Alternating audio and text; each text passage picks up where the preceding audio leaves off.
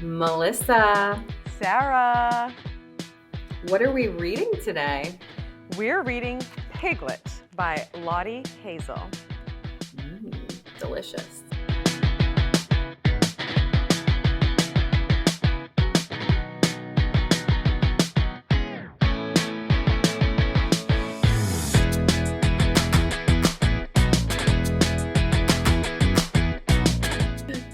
Sarah, we finally made it through January. Oh my gosh, the longest month of life. I feel like every time I just looked at the calendar, it was just January upon January upon January. It's been a bit of a slog, but not all bad. January is the month of your birth and lovely snow days, and lots of things are enjoyable in January. How was your January? Sure, January is wonderful. All because of your birthday. No, I mean, anyone who knows me at all knows how much I lament having a birthday in January because it is the longest, darkest, coldest month of the year if you're living in the northern hemisphere. And yeah, I always am so envious of those who have summer birthdays and they get to just bask in the sunshine and warmth for their birthday. And mine is on January 21st, so it is like among the darkest and coldest. Actually, here in Connecticut, it was like the coldest day of the year. So that's great. So yeah, it is. There's like so many memes that are always popping into my feeds about, it's been a long year. Oh, it's only January 15th. So that is for sure. But yes, I did have a birthday, and connected to this podcast, I ended up getting a couple books, which was nice. So that was certainly a perk. And if there's anything that's good about January and the fact that there's not a ton that you can do outside of maybe some like winter sports, is that it's a perfect time to read a book or multiple books. So can't Yes. complain about it. I had a secret message from your husband around the date of your birthday. And of course he was like, I need to get Sarah some books for her birthday. What should I get her? And initially I was like, oh, I'll just kind of go through and make a list of like books that I think you would like. But then it occurred to me that as part of your 2025 reading goals, you've been really active on Goodreads. So I just went into Goodreads and literally just looked at your books you wanted to read list that you had made and placed there. It's like the very, if you ever go into a shared Amazon account that you have with your spouse and just fill up the cart and they're like, what should I get you for Valentine's Day? It's like, honey, just hit buy everything in the cart. I've got this totally taken care of for you. So I was like delighted that I was able to kind of help him create that list. And how did I do? Were you pleased with the ones that he got for you? I was pleased. And so one of them I actually ended up reading right away. I've already finished it. It was a short book. So it was Rental House by Wiki Wang. Oh, good. Yeah. And that one was like, I think like 270 pager. And I enjoyed it. So that was a good choice. And the other one is Creation Lake by Rachel Kushner. And that one I technically, as of Goodreads, I did say that I began it, but then I decided that because, I did a decent amount of reading in January. I read 5 books in the month of January. And so I was going to be like, maybe we'll go for 6 before the end of the month and it'll be this book. But that one is a bit of a longer book. And that one I think is supposed to be like more of like kind of like a thriller-esque, like kind of like environmental espionage, something along those lines. So it's very different than some of the other books that I read during the month of January. And so I was like, you know what? I think I'm going to just like take a little breather and then jump right back in, in early February and knock some more books out. So you did a great job, Melissa, and Excellent. it definitely helped me with my my reading my reading goals for January and to kick the year off. Well, luckily, So like we said, since there's 8 weeks in the month of January, you can get more reading done, and you don't want to be outdoors, so it all works out. But For anyone who didn't catch our first episode of the year, which was an audio-only episode available on Spotify, Apple Podcasts, and our YouTube channel, of course, we did talk a lot about our reading goals, but we also talked about all fours, which was read. We both read it. It was part of a reading challenge that Sarah set out for me on our very first ever Rogers episode last summer. So we talked about that, but we also talked about all the goals that we wanted to have throughout this year, which included, Violet, sorry. Sarah had said, obviously Violet is my daughter's name, and I love you both so dearly that your names just interchange Like your in daughter. my brain and mouth. Yeah.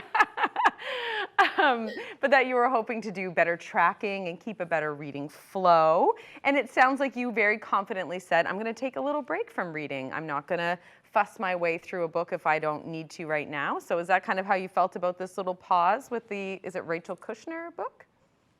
Yes. Yeah. I think, like you said, flow was important to me. And so I think it's good to kind of have like a little bit of, an ebb and flow, right? And so this is the ebb and my flow. And I think that's good because, one of the things that we talked about during that particular episode was this idea of like, you don't want to be so kind of competitive with yourself, with your own reading, that you're just like reading for the sake of reading just to get through it and not to really just be able to immerse yourself and enjoy it. And so with that book, because it is so different than the 5 other books that I had read, I was like, you know what, I'm just going to take a little pause and then I'm going to get right back into it. And so I feel good about it. So the flow is a flowing, even when it's ebbing. But Melissa, so we had different types of goals. And so for you, I feel like yours was all about strategy and organization. And really kind of, making sure that you were really thinking ahead of time about what you're going to read, planning it out, keeping to a budget. So how are you doing as we enter a new month? I'm doing good. I'm feeling good about it. So my goal this year was to try to read on a budget because as much as I love supporting authors, I love supporting publishers and booksellers, my book addiction was starting to get a little bit more costly than I was comfortable with. So I thought to myself, no, there are other methods of getting books, whether it's from loaning them to people, using the library, and so on. And to date, according to my budget spreadsheet, which I keep pretty up to date, I am still in the black between books that I've borrowed from friends, a book that I got as a gift, and then a book that I had purchased in 2024. So it's a little bit of a gray area, but it's no money spent in 2025, I'll say that much. So I have managed to stay on track and on budget.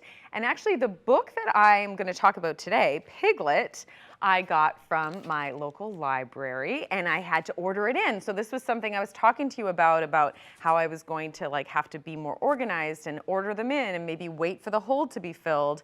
And I did have it was a bit of excitement, checking and refreshing my library account, and then what excitement indeed when it was ready for pickup and I could go to the library and get it. So I'm really into that experience so far. I did get a little bit impatient while I was waiting and actually went, yeah, big surprise there.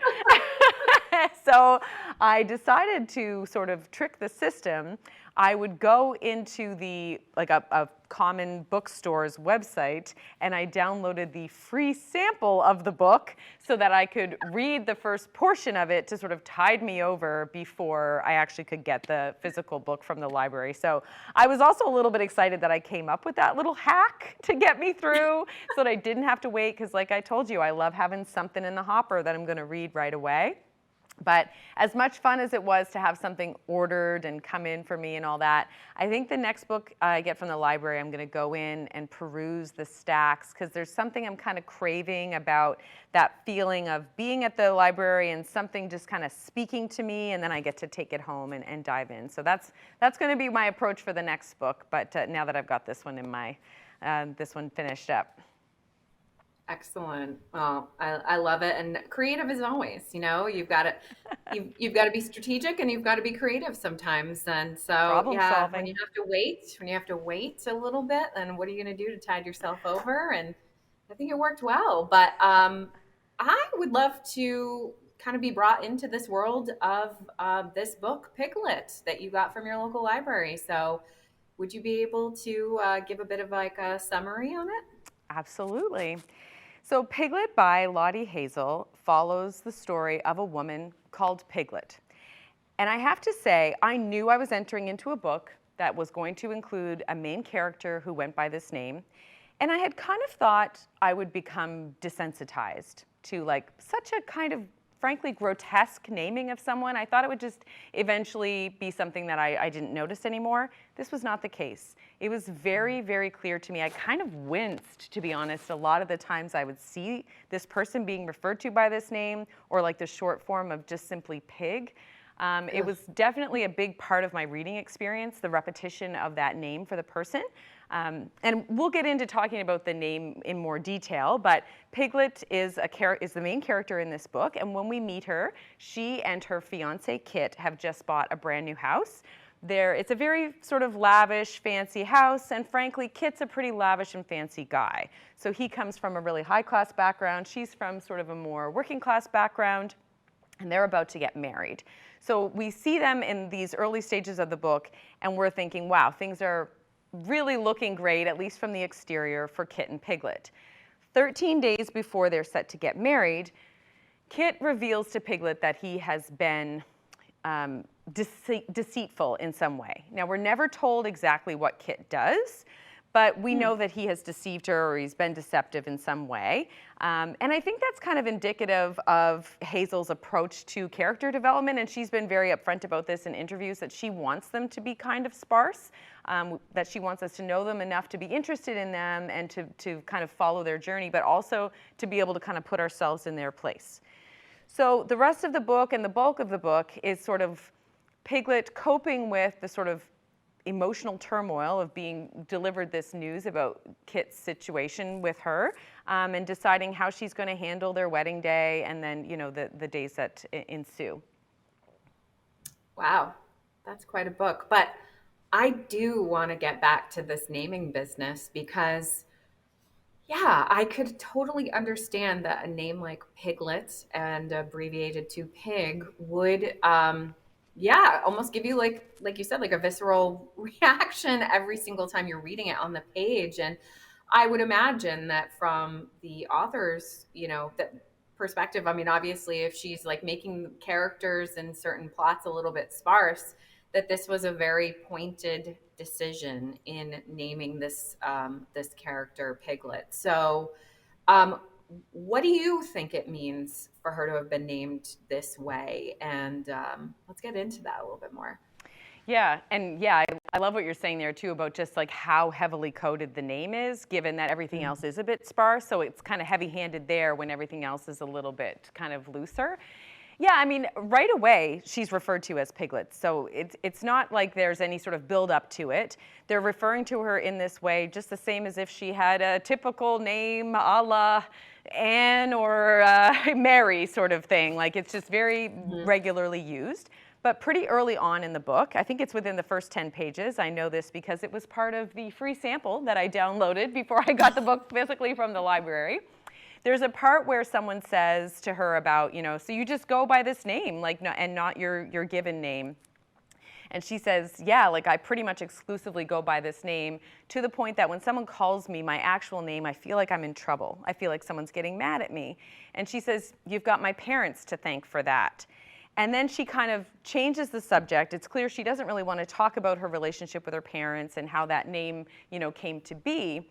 And the way I really took that was this idea of how people can sort of assign people what they might consider as a harmless nickname, just something that they might see as playful, but that long term it has massive effects on people. And I think it kind of influences a lot of how people see themselves in the world, and also how they sort of calculate their own self-worth. So that it came from what might have just been thought of as playful from her parents' perspectives, but it stuck, and then it really informed who she became. And then later in the book, the sort of second direct reference to the nickname itself and how it came to be is in a scene before the wedding when her parents come to visit. And they're kind of reflecting, I think this is pretty common around the time people get married, that the parents are really reflecting on when she was a child and telling lots of stories about when she was little. And they tell a story of when Piglet ended up, I think, overeating and overindulging, and then they assign this name to her. But then through the narrator, we get sort of that same story and that same scenario the way that Piglet remembers it, which is very different, obviously. And the way that she remembers it is much more in relation to her sister, and that her sister had essentially an eating disorder that was kind of like, her parents were not tuned into it at all. And Piglet was really concerned about it. And so some of her overindulgences and her overeating was done in a way that she was trying to protect her sister, trying to help her sister. It's kind of complicated to get into without revealing too much about the book, but ultimately that those were sort of the sources of the book itself, of the name itself, sorry. But I really feel like the author kind of applied this name to her so that we could kind of understand that this was the family environment that she came from, and we could find some meaning there, but also to kind of help us understand how she must have understood herself when this is what she was being called. And how do you think that Piglet sees herself, and how does the author show how this nickname impacted that sense of self and maybe self-worth? There's so many times throughout the book when she describes her physical self in relation to the people who are around her. So she'll talk about like standing near someone at work and feeling like she's towering over them. Or at one point she gives her sister a hug and she says she kind of engulfs her. So just these feelings of like her way of understanding her body in relation to the bodies of the people around her. And I don't think I speak, as in isolation here. I think most women can relate to this, but I know I really connected to that part in the sense of how I've felt at different times in my life looking at photographs of myself, especially as a younger person. So I don't think I struggle with this quite as much as an adult, but as a younger person, finding a photograph of myself, I know that I was always trying to make sure that I was positioned in a certain way, or that I was appearing in a certain way in relation to the other people in the photo.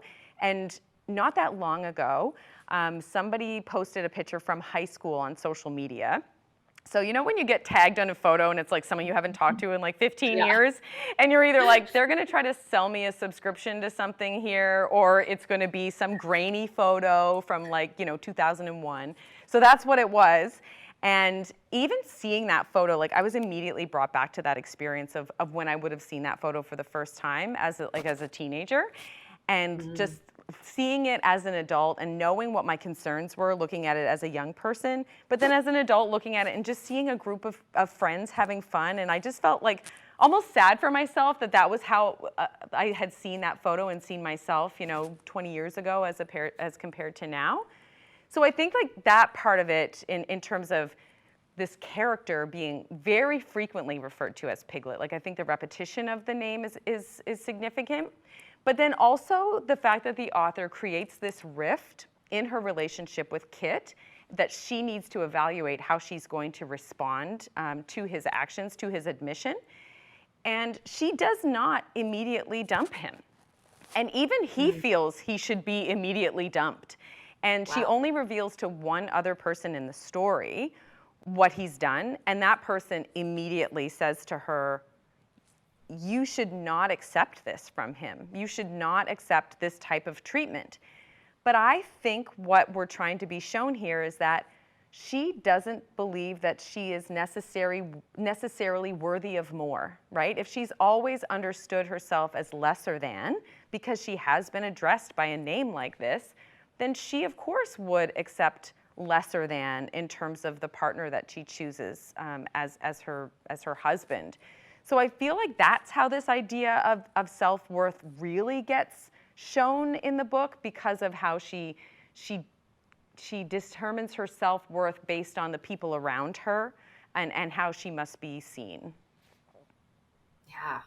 Yeah. And I do think that there is something both universal, I feel like for women in particular, because the way that we are valued based on and judged based on our bodies and the space that we take up, both the space that we take up physically, but also the space that we take up even like emotionally or Mm. mentally. And so I can definitely, I can definitely understand, that feeling. And yeah, and I think that that also makes sense that, she would maybe be more forgiving, or if not forgiving, then accepting of Hmm. certain, behaviors, because she feels that, well, you know, I'm lucky to have what I have, or it's okay that I get less than what maybe others get.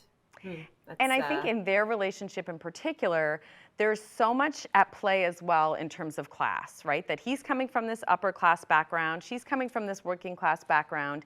And I think exactly what you're saying, this notion that this should be good enough. Like, why are you expecting any more than this?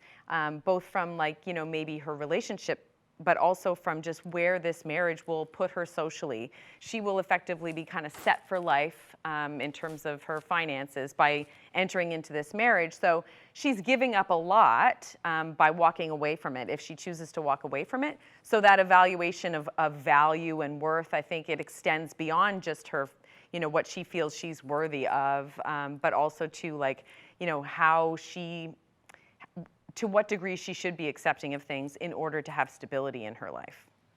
right. Yeah. Now, you did mention that this is all leading up to a wedding, her wedding with Kit. And I feel like weddings can be so interesting, like an interesting event to shape a narrative around, or to have as featured a part of a story, because there's so much that kind of comes together at a wedding, right? You're not only like kind of bringing in two families together. Many times I feel like in stories, you're looking at like opposite ends of the spectrum from one, kind of to the other. And I just feel like they're just tinder boxes just waiting to explode, because I mean, you think about planning your own wedding and it's one of the most stressful times of your life in a certain way, because you've got this one event, this one, teeny day really in the scope of your lifetime, but like you're putting so much emphasis Mm. on it, and so many things can go wrong, and you have this idea of perfection. And so I just feel like a wedding as an event, or as something happening in a book, can be really interesting. So how did the author use weddings in this book, and how effective do you think it was? Oh yeah, like very effective. I think just from the sheer layout of the book itself is in relation to the wedding. So the first portion of the book is divided into segments, not in like sort of numbered chapters, but rather in how many days until the wedding. So the first Hmm. sort of chapter is like 98 days, then 21 days, 13 days, and so on until you get to the date of the wedding. And then the final part is actually divided into 4 sections, which are old, new, borrowed, and blue, which is, of course, Ah, the famous sort of like, I don't know what it is, a tradition or adage around marriages and sort of bringing in all these items that fit into those 4 categories. And I feel like one thing about weddings, too, is that they're really useful settings in books because pretty much all of us have some experience with them, whether it's standing in a wedding or being a bride or even just having attended a wedding. And so I think people are familiar with a lot of the traditions, so you can really kind of immerse yourself in those scenes a lot as well. So I was really like interested in how she presented it, not only as a concept and sort of building up that timeline and so on, but also as the event itself. And look, you and I both, we both did the big wedding thing. And as much as, I had a blast at both of our weddings, at your wedding and at mine. But, yeah, looking back, would I have done things differently? Yeah, probably. It totally. is such a sort of strangely indulgent thing. And, one thing I feel like, and I'd like to share a passage in a second too, but there's like the documenting of the wedding, which is crazy when we got married, but I think now it's even worse with like more active social media and that sort of thing, and sort of real time, documenting or publication of weddings happening.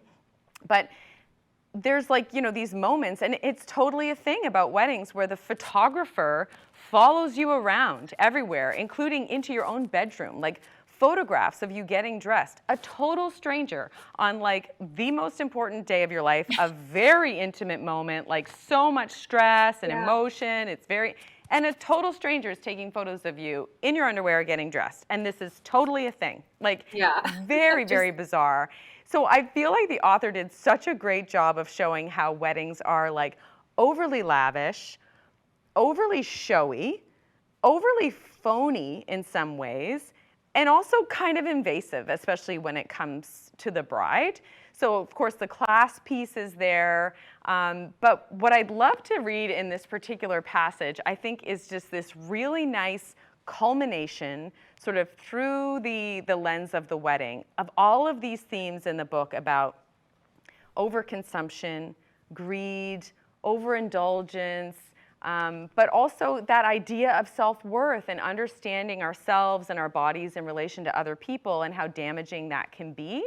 So I will read this part, and it needs just a smidgen of setting up here. So bear with me.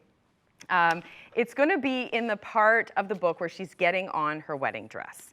So we need to rewind back a little bit and keep in mind that when she went for her final fitting, the clerk at the bridal store advised her that she should go on a fast, which, let's face it, she was telling her to starve herself. But then at the same time, we know that Piglet is going through an awful lot, not to mention just planning a wedding on its own is incredibly stressful. These merging of families and this sort of all the stress of event planning as your side hustle while you also get on with your life. But she's also going through all that stress of planning a wedding to a man who has admittedly deceived her in some way. So she's under a tremendous amount of stress, and she does seek comfort in food.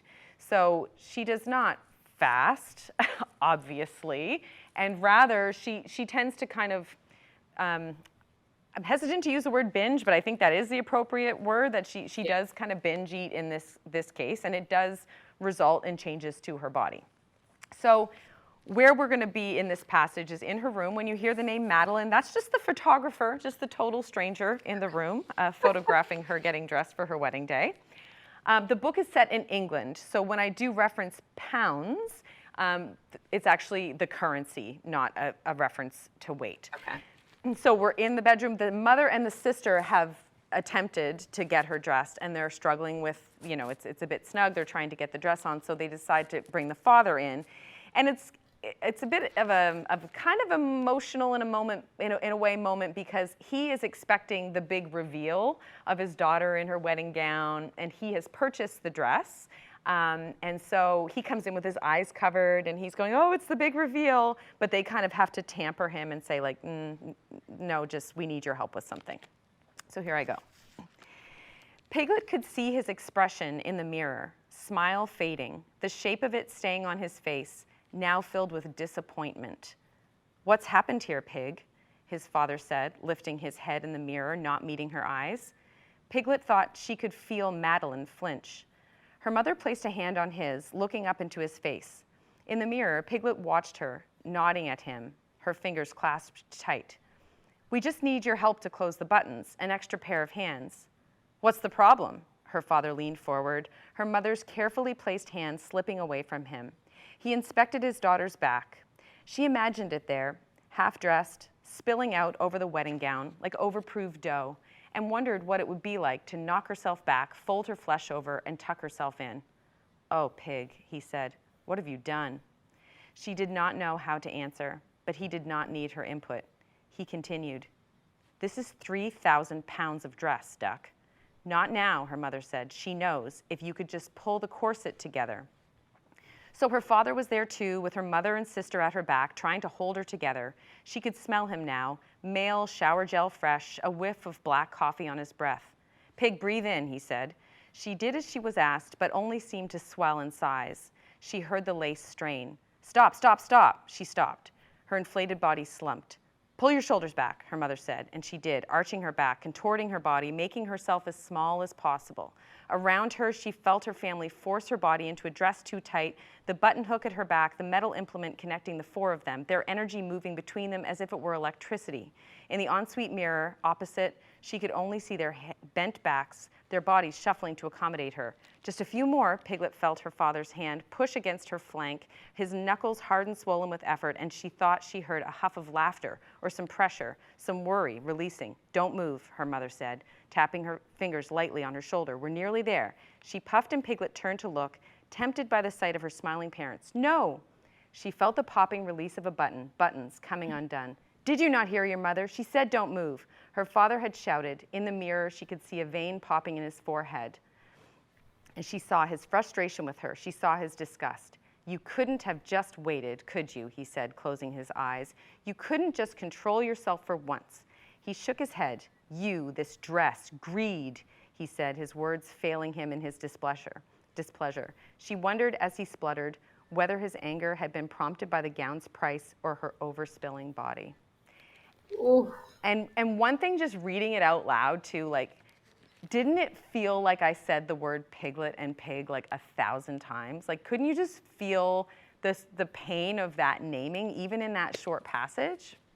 Yeah, and it's such a, there's so much description, like even like the closeness, how she can smell the shower gel and the coffee on his breath and the vein popping in his forehead, and like this idea of like the mirror and her being able to see what's going on behind her and to feel everything, like so much detail. It's harrowing. And like, and then you add in this use of the name pig in that context, and it's like, And I think brutal. like the wedding, like it's clothing, right? And so you have this, you can sort of step away and just be like, oh, they're just talking about sort of how we do have to often shape ourselves. I mean, think of all of the restricting clothing that we've worn over the years. Girdles and corsets and all these things to sort of manipulate how we look and how we look in relation to other people and how we present to the world. But in this case, it's her wedding dress too, right? And it's this idea of she's being forced into this dress, she's being forced into all these sort of circumstances and this marriage, and just this idea of contortion that she doesn't really feel comfortable, right? There's no comfort in her life, that she's sort of seeking to feel herself, and she's trying to find that.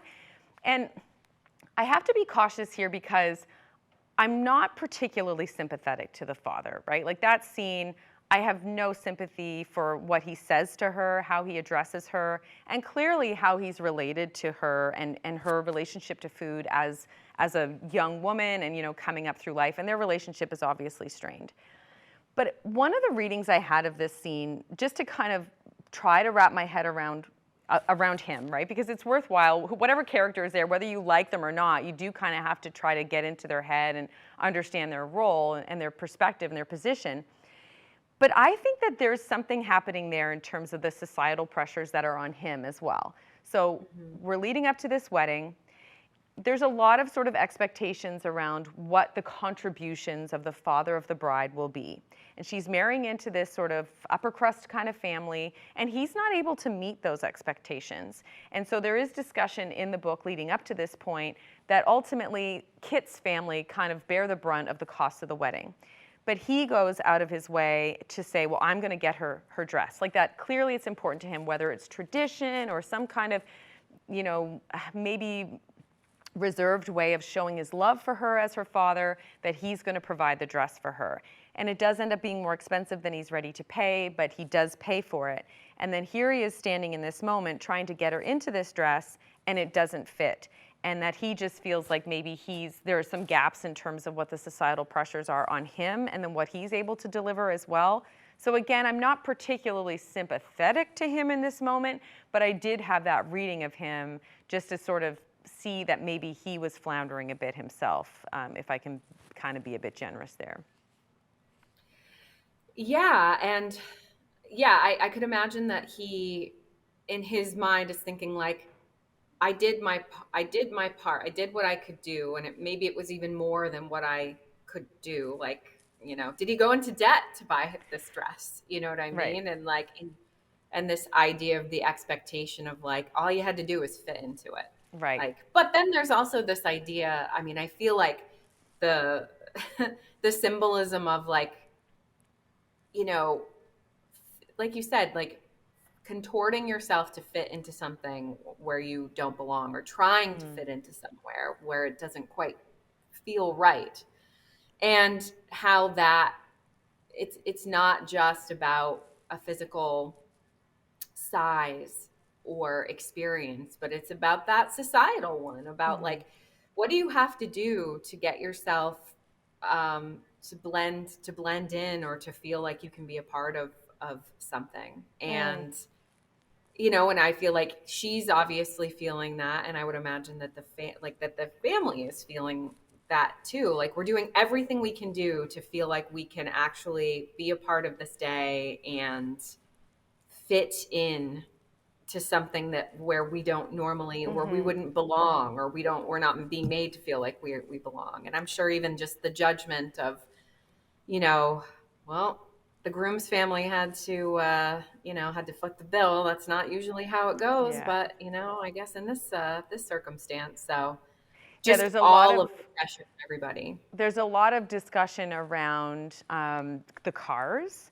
So, like when they're Mm. pulling up to the venue or they're at an event before, like a wedding affiliated, being able to very clearly know who was driving which vehicle, right? Because there was such a marked difference. And yeah, I think like Piglet also puts so much pressure on herself. So she decides at some point that she is going to make sure that she's the one who makes her wedding cake. And not just any wedding cake. She's going to make 3 croquembouche the day of her wedding, which also creates a very like That dramatic sounds terrible. scene. Yeah, I know, it did. And they end up like glue gunning some of the cream puffs on. And like it's kind of comical. Like again, like weddings do kind of lend themselves nicely to these sort of dramatic ensemble kind of pieces, where everyone's kind of running around chaotically because everything's supposed to be so scheduled and everything. But she sets really high expectations for herself, which I also think is related to this notion of self-worth, that she's like, okay, if I'm going to be accepted into this family, like, well, aren't I lucky that they're willing to allow me into this family?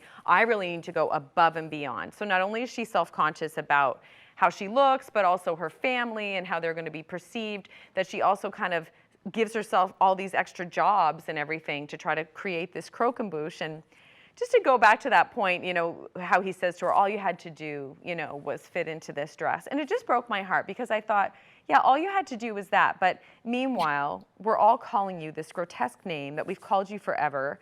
You're under a tremendous amount of stress and you don't feel you're worthy of anyone's support, because she does confide in one person.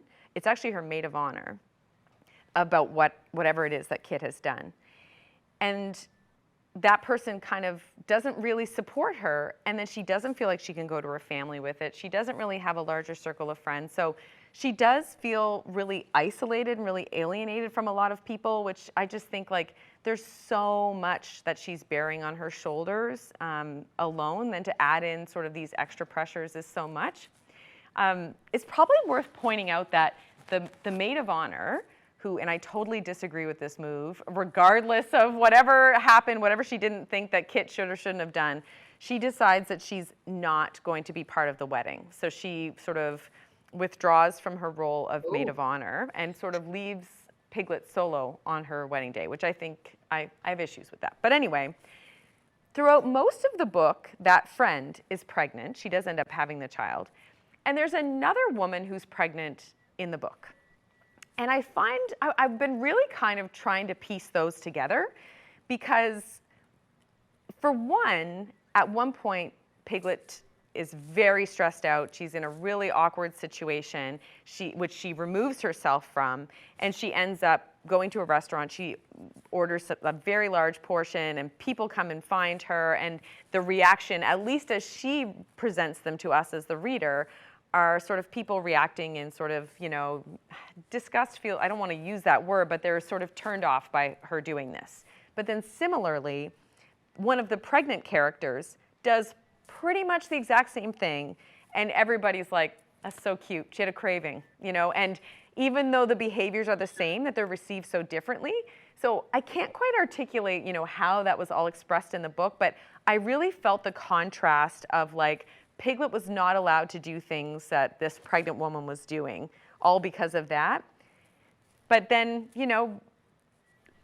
these pregnant women are doing this amazing thing with their body, and I couldn't help but think about my own experiences through pregnancy and my own experiences, in terms of my body image and how I felt about myself throughout my younger life. And I had kind of prepared myself before I had kids to think like, okay, well, I'm probably not going to really like the way I look after I have kids, or I'm not going to really feel confident in my body after I have kids. And I was just kind of ready for that.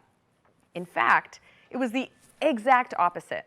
Like having a child, growing a child, nourishing a child, like that was the most confident I ever felt about my body. It completely changed the way I understood myself as a woman. I understood myself as a person. I understood sort of this physical vessel in which I reside. So I really am trying to kind of wrap my head around these two pregnant characters alongside Piglet in this book. And I think it's probably just an indication of like she did layer on so many themes that it's hard to kind of sift through them and figure out exactly how they all interplay. Yeah. I keep thinking of the word excuse, and I don't, and I'm just encountering all of this for the first time. So I'm also kind of trying to wrap my mind around it all. But like this idea of that, like some people have an excuse for certain behaviors. Like when you're pregnant, like, yeah, you can eat what, I mean, not whatever, but like you can eat larger Not quantities. sushi. Or No. yeah, not sushi, not like sandwich meat. Um, but there's also something to that as well. This idea of like what you can and cannot do, what's acceptable, what's not acceptable, what excuse do you have that people will accept to be able to have certain behaviors, but wouldn't be accepted from somebody else. That I don't know, like there might be there's something there, There's and something certainly there. something, yeah, Yeah, I to guess, and I think, we talk a lot about double standards for men and women too, and those always are, really useful tools in books too. And, I think there's sort of an implication that the father has a lot more sympathy for Kit, because she doesn't tell him exactly what Kit did, but she tries to express to her father the night before the wedding, this is not, I know this all looks great on the outside, but this isn't what it looks like, and I'm struggling for other reasons, because it finds her, she's crying in the kitchen, and he really tries to kind of patch it up. And shortly after the passage that I read, he says to her, you can't get enough, like you're just always after something more, and he says, you are supposed to try to make this work with him. And without even knowing anything about what the situation is. So I do think there's like sort of that double standard there of like, he must have had an excuse, like you said, for whatever it is he did. I don't even want to hear about it. It's your job now as his partner to make that okay. So I think it is, yeah, we're circling it. We're circling it, Sarah. We're getting there. It's there somewhere. I did read a review of this book, and they, interestingly enough, and I know that you watched at least one season of the show. I don't know if you ended up watching both seasons, and they were actually, this is going back to the idea of the name Piglet for the character, the idea of the show Fleabag, and, the identity of, someone associating and kind of like embodying their name. And so I found that interesting, and I just wanted to, like, do you see any connection between the two types of characters, or That is like, so funny. When you were yeah. setting that up, and when you said, I think you watched one season, I totally thought you were going to talk about White Lotus, because Oh, these two characters, and I'm blanking on their names in the first season of White Lotus, and he was, remember, oh, he was Pete from The Office. yeah. I can't remember the characters, but I can't think of their names, but I know exactly who you're talking yeah, about. there's a young couple on this White Lotus show, and she marries into she's sort of a working class background. He's very upper crust. The mother, played by Molly Shannon, like shows up on their honeymoon. It's like so similar, actually. Like one could be used as like a sort of influence for the other, for sure. As for Fleabag, the difference there, I think, is that even throughout the first season, if I recall correctly, nobody actually calls her Fleabag. She's only referred to as Fleabag in the descriptions outside of like the fourth wall But or they don't whatever. have a name for her, right? No, but she's not. I guess just the But nobody's difference like, "Hey, being, Fleabag, hey, yeah, Flea," and as opposed to Piglet Piglet Pig. and Pig. Yeah. Yeah, but I could And see what's some interesting parallels is there. I didn't think about the fact that until you were really describing it, when you first said, like, she's referred to as Piglet, I thought like the narrator refers to her as Piglet. That's the name that she has for herself in her head. And that maybe she's not referred to at all, like by an Mm, actual name. But the fact that her name is actually, like, not name, but her nickname that people refer to her as is actually Piglet and Pig. Like that just puts like a whole other spin on it. yeah. Um, There's one part when things really escalate on the wedding day when she starts mm, to be referred to as Mrs. Edwards. And so, she's kind of playing with that identity thing there as well. But that only lasts about 2 pages. And there's literally one instance when there's about 10 pages left to the book when Kit addresses her as a different name. And it's never clearly stated, like, oh, he called me by my first name. It's like, the way that the conversation goes, he's addressing her and he's using a different name. They're the only two people in the room. And you go, oh, so that's her name. Like it's that's, her actual and name. it's noticeable, but not necessarily meaningful because I think it's been overshadowed by just however many hundreds of pages of her being called that way. So yeah, Yeah, that it's probably maybe even like an empty gesture, right? Like you or may even, use yeah, that's her so actual true. name, her given name, but that it doesn't really ultimately mean anything. Yeah. Or it feels very formal.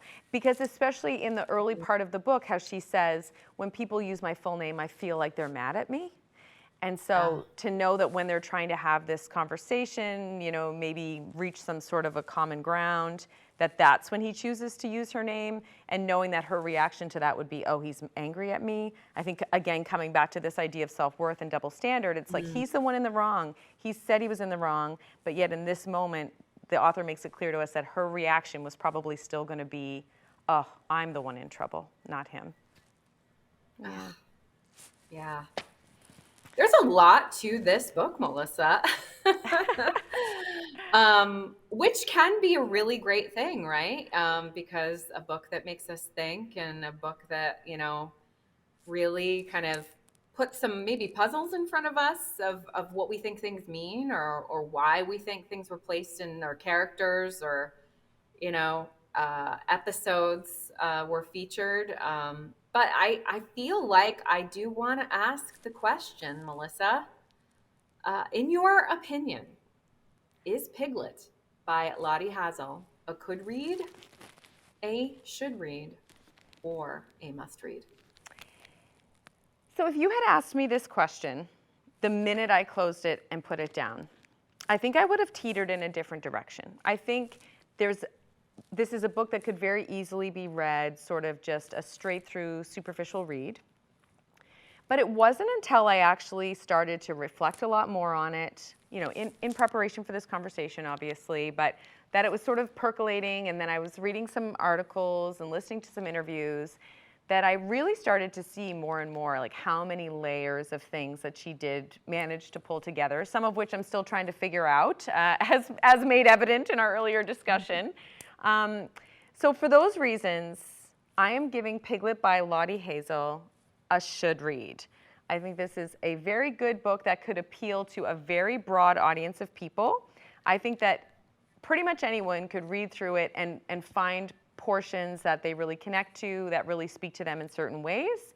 And I'm really, really glad that I read it. I'm glad that the Newfoundland and Labrador Public Library System had it available for me to request, for it to come in and to be able to enjoy this book free of charge.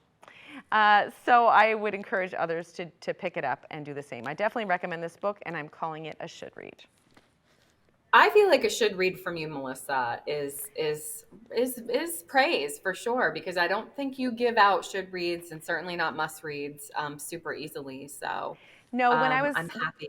when I was thinking about it, I thought, like, if I'm being fully honest, even our discussion right now has like nudged me a little closer to like just so much closer to a must read, even though I'm not quite there. But I think the distinction for me is like, I feel like the must reads really have to punch me in the gut. Like they really have to get me in the feels in some way, or really just kind of mess with my brain a bit, to really like bring me into that sort of stratosphere of must read. But just the more and more that I think about this book, the higher it does climb. But I do think that, you know, it's not quite in that must read territory, but definitely a solid read. Yeah. And I mean, ultimately, I feel like should um, get you thinking, so that Mm-hmm. it's not just like a surface read, and it's not like a disposable read where you've read it and you're not gonna think about it again. A should read is something where, you are, kind of asking more questions after you've finished reading, or it might speak to something that you've, experienced yourself when you were younger, or in your life, or encountered somebody in that you can recognize like elements of them Mm. in the book, and that it can maybe show a new perspective to you. And so Yeah, it for sounds sure. pretty solid to me, Melissa, and Yeah, I'm really happy to have talked to you about it, and heard about it. And maybe I'll just give Piglet a try at some point this year. I would love that. Add it to my list. Add it to the So, Goodreads platform. and so great that, like you said, you were able to access it through your local library, and keep on your tight budget for I'll just 2025. splurge on something crazy at the end of the year. No. Yeah, maybe you and I can see each other and Oh, splurge together. dream. Always a dream, right? Thank you so much for this. Always love our chats, my friend. Me And happy too. belated birthday. Thank you so much, and happy end of January. Woohoo, we made it. I know. See you. All right. Bye.